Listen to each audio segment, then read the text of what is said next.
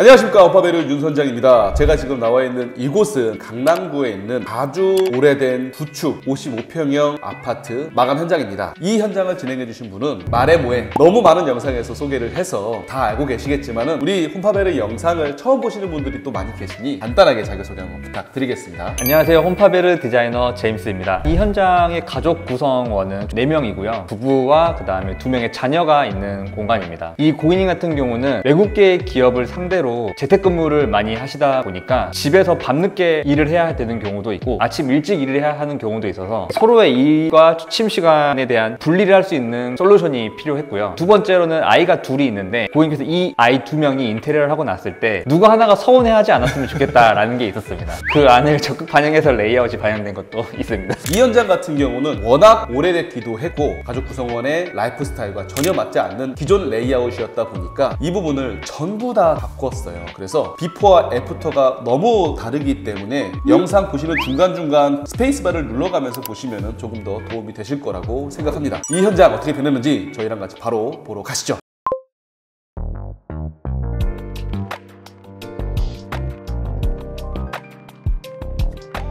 피디님, 제가 질문 하나 드리겠습니다. 우리나라에서 신축 아파트의 현관과 구축 아파트의 현관의 가장 큰 차이점이 뭔지 아십니까? 넓고 좁다.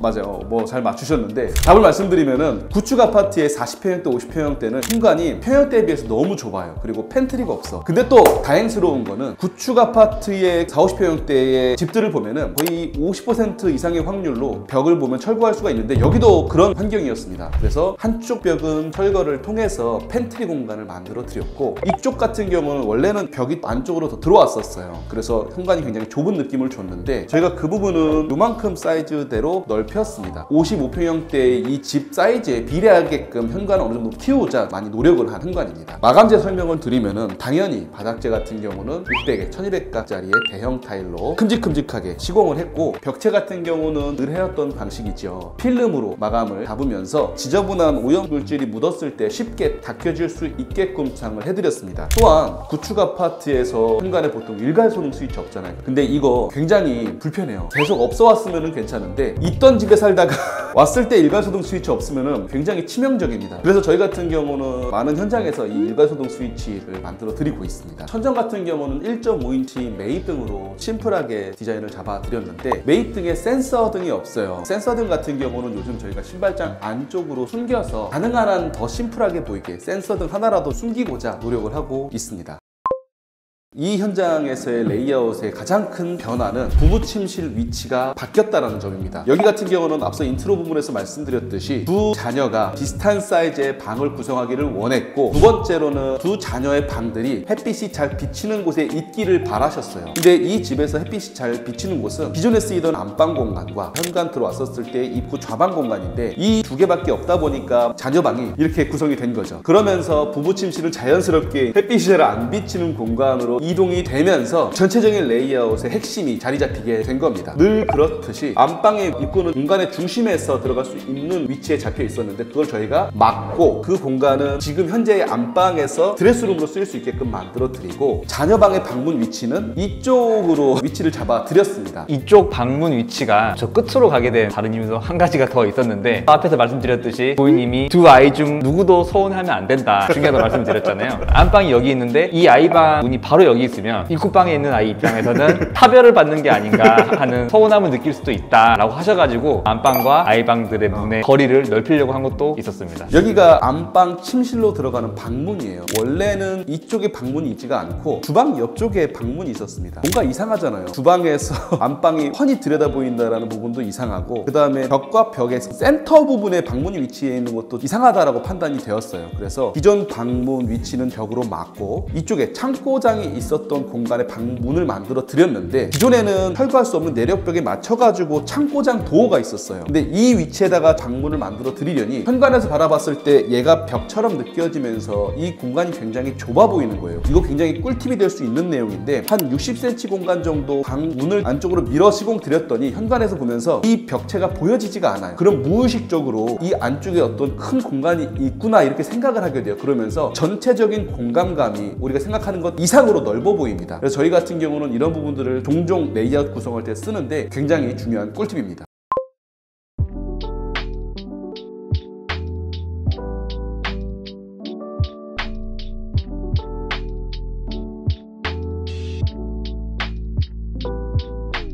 저도 키친 디자이너 출신이고 제임스님도 키친 디자이너 출신이고 저희가 주방에 대해서는 고민의 깊이가 남다르지 않겠습니까? 여기 주방 같은 경우도 저희가 고민을 정말 많이 했는데 55평형 아파트라고는 믿을 수 없게 주방이 좁아 보였어요. 가만 고민을 해보니까 방문의 위치가 문제였습니다. 중간에서 공간이 분절되어 보이는 느낌이 있는 거예요. 그래서 뭘 해도 여기는 이쁠 수가 없겠다라는 판단이 들었고, 두 번째로는 뚱냉이라고 많이 하죠. 두 대가 이렇게 배치가 됐던 걸로 제가 기억을 하는데 맞나요? 네, 맞습니다. 그래서 측면이 굉장히 돌출되어 보이면서 안 그래도 좁아 보이는 주방이 더 좁아 보였었던 게 문제였습니다. 자, 그래서 저희가 어떻게 했느냐, 측면에 냉장고를 저희들도 어쩔 수 없이 배치는 해야 되는데 얘가 70cm가 나오면은 워낙 좁아 보이는 느낌이 강해서 뒤편이 공용실의 타워보 쪽이었습니다. 그쪽에 공간을 40cm를 줄이고 냉장고는 주방 쪽에서는 30cm만 튀어나오게끔 잡았어요. 그래서 40cm의 공간을 확보를 했고, 냉장고의 옆쪽으로는 장식장을 잡아두되 조금 더 깊이가 있는 모습을 보이기 위해서 유리로 디자인을 잡았습니다. 그리고 기존의 문틀문짝은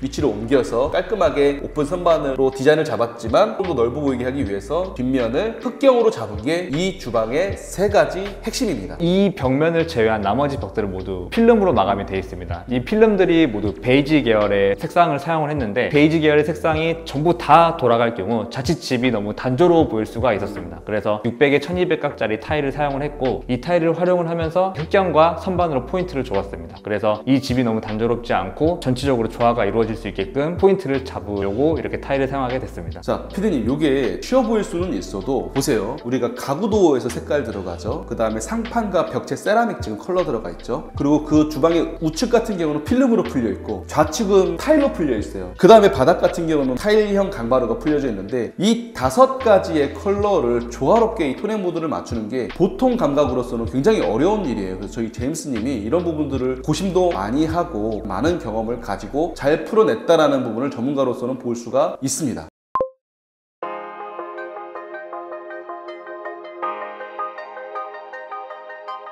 자, 제임스님, 네. 안방에서는 고객님께서 어떤 니즈가 있었나요? 두 가지 니즈가 있으셨습니다. TV가 있어야 된다라는 점이었고, 옷을 수납할 수 있는 붙박이장이 꼭 필요했었습니다. 우측으로는 문이 좌우로 열려야 됐기 때문에 TV를 설치할 수가 없었고, 좌측으로는 양쪽에 이렇게 창문이 있는 독특한 구조예요. 그래서 중간에 TV를 넣자니 너무 공간이 작고, 어쩔 수 없이 TV의 위치가 문 열리는 저 벽체에서 둘 수밖에 없었는데, 그러면서 침대 헤드보드가 이제 이쪽으로 왔었어야 되는 거였죠. 한 가지 특이사항을 설명을 드리자면, 고객님께서 여기서 사용을 하셔야 하는 침대 프레임과 헤드보드 형태가 정해져 있었습니다. 그래서 헤드보드가 이미 있는 모양, 그 뒤에 다시 한 번 더 벽을 세우려다 보니 모양이 어떻게 해서도 어색했습니다. 그래서 고민을 하다가 지금 뒤에 있는 것처럼 기둥과 선반을 활용을 해서 개방감이 있으면서도 안정적으로 보일 수 있는 디자인을 생각해서 제안을 드리게 됐습니다. 이 안쪽으로는 저희가 굉장히 좋아하는 방식의 욕실이 숨어 있습니다. 저랑 같이 보러 가시죠. 저희가 고객님이랑 인테리어 상담을 하다 보면은 정말 많이 듣는 얘기가 있습니다. 호텔 같은 느낌의 안방을 원해요. 호텔 같은 느낌의 욕실이었으면 좋겠어요. 그리고 호텔 같은 이라는 표현이 뭘까요? 여기에 정답이 나와 있습니다. 욕실 같은 경우에서 제가 호텔 같은 느낌으로 해주세요 라고 했었을 때 제일 중요시 여기는 한 가지가 있습니다. 호텔 같은 느낌의 욕실을 만들기 위한 첫 번째, 하부장형 세면대가 있어야 된다. 근데 하부장형 세면대는 지금 보시는 것처럼 넓으면 넓을수록 디자인이 유리하고 양쪽이 벽으로 막혀져 있어야 디자인이 예쁘게 풀립니다. 여기서도 원래는 안쪽에 낑겨 있었던 반다리 세면대를 바깥쪽으로 풀면서 큰 하부장형 세면대로 세면대 공간과 파우더 공간을 합쳐가지고 쓰실 수 있게끔 만들어 드렸고, 두 번째, 존 분리를 시켜주는 겁니다. 세면대 공간은 한쪽에서 풀고, 욕실 변기 공간은 별도의 공간으로 만들어 놓고, 샤워 공간은 샤워 공간만으로 한쪽으로 만들어 두는 거죠. 이렇게 분리를 했었을 때는 각각의 용도에 맞게만 쓰면 되기 때문에 변기에 앉았는데 시트에 샤워 물 묻어 있고 막 그런 부분들 있잖아요. 그럴 필요가 없는 거죠. 그리고 바닥에서는 저희가 욕실 변기 쪽과 샤워부 쪽에서 썼던 타일로 같이 매치를 시켜주면서 심리적으로 하나의 공간이다라는 느낌도 주고, 건식 세면대에서 오프오프 할 때 물이 떨어지면 불안하잖아요. 마루가 상할 것 같은 그런 불안한 감정도 있어서 안정감을 느끼기 위해서 타일로 같이 시공을 해드렸어요.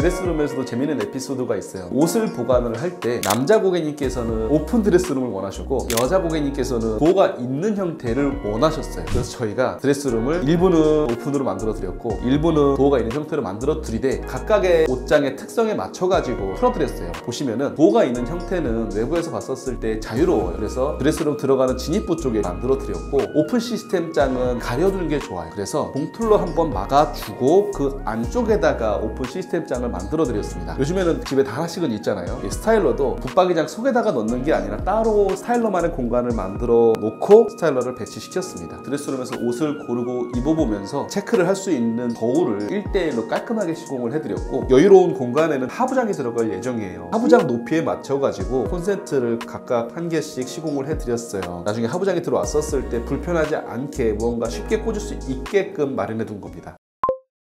여러분들 재밌게 보셨나요? 2달가량 공사를 진행을 했는데 다른 현장에 비해서 이 현장은 조금 더 난이도가 있었던 것 같아요. 네, 맞습니다. 벽을 다 철거를 하고 레이아웃을 다시 잡았다 보니까 작은 사이즈 하나하나가 구체적으로 확인이 필요했었고 바닥을 전부 다 드러내는 공사를 했어요. 많이 힘들었습니다. 바닥을 철거할 때는 프레카라는 장비를 사용하게 되는데 진동과 소음이 정말로 엄청나다 보니까 저희는 늘 바닥 공사와 대공사를 할 때는 죄인이 된 마음 하고 있는 것 같습니다. 정말 고생 많으셨고 저희도 이제 공사 정말 끝났습니다. 끝까지 시청해 주셔서 너무 감사드리고 저희는 다음 현장에서 또 뵙도록 하겠습니다. 지금까지 호파베르 윤선장 그리고 디자이너 제임스였습니다. 감사합니다. 끝!